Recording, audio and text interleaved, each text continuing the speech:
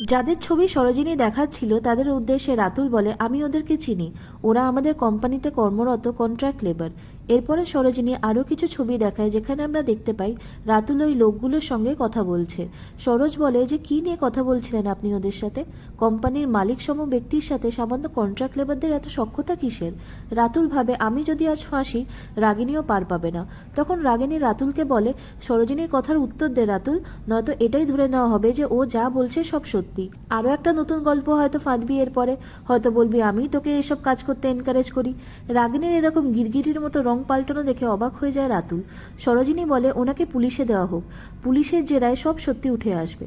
এরপরে রাগিনীর বাবা বলে আমি অলরেডি পুলিশে ফোন করে দিয়েছি। টিনা, রিনি সবাই মিলে রাগিনীকে রিকোয়েস্ট করে যে রাতুলকে পুলিশে দিতে না। রাগিনী বলে অন্যায় করলে তার কোনো ক্ষমা নেই। এর মধ্যে পুলিশ আসে আর বলে থ্যাংক ইউ রাতুল বাবু, আপনার তৎপরতায় কিছু দাগি ক্রিমিনাল ধরা পড়েছে। আসলে বেশ কিছুদিন ধরে আপনাদের গোডাউন থেকে মাল চুরি যাচ্ছিল, সেই সন্দেহে দুদিন আগে রাতুল বাবু একটা এফআইআর করে, আর তারই ভিত্তিতে আমরা লেবারগুলোকে ধরলাম। পরে জানতে পারলাম যে ওরা ক্রিমিনাল অ্যাক্টিভিটিসের সাথে যুক্ত, কিন্তু আমরা বুঝতে পারি আসলে পুরো খেলাটাই খেলেছে রাতুলের বাবা। সরোজিনী রাতুলের মুখ দেখে সন্দেহ করে যে পুলিশের কথাগুলো ওনার কাছে এতটা আনএক্সপেক্টেড লাগছে কি করে। এরপরে রণ সরোজকে প্রশ্ন করে আর বলে আপনি এবার কি বলবেন সরোজিনী মৈত্র? পুলিশ তো প্রমাণ দিয়ে গেল যে রাতুল মামা কোনো ইল্লিগাল কাজের সাথে যুক্ত না। সরোজ বলে সেটা উনি আগে বলেননি কেন? সরোজিনীর ওপর রাগে বসে একটা ফুলদানি ছুঁড়ে মারে টিনা। সেই মুহূর্তে নিজের হাত সামনের দিকে এগিয়ে দেয় রণ।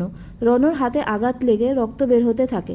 রণকে নিয়ে সবাই ব্যস্ত হয়ে পড়ে আর তার হাতে ব্যান্ডেজ করে দেয়। রাগিনী টিনাকে দোষারোপ করতে থাকে, এমনকি রণ টিনাকে বলে যে কাজটা তুমি ঠিক করোনি, আজ অবধি আমাদের বাড়ির কেউই কারোর গায়ে হাত তোলেনি। এরপরে সরোজ আবারও রাতুলকে প্রশ্ন করে যে আপনি কেন বলেননি আগে এসব কথা? রাতুল বলে যে কোনো কাজ কমপ্লিট না হলে আমি সেটা কাউকে জানাই না।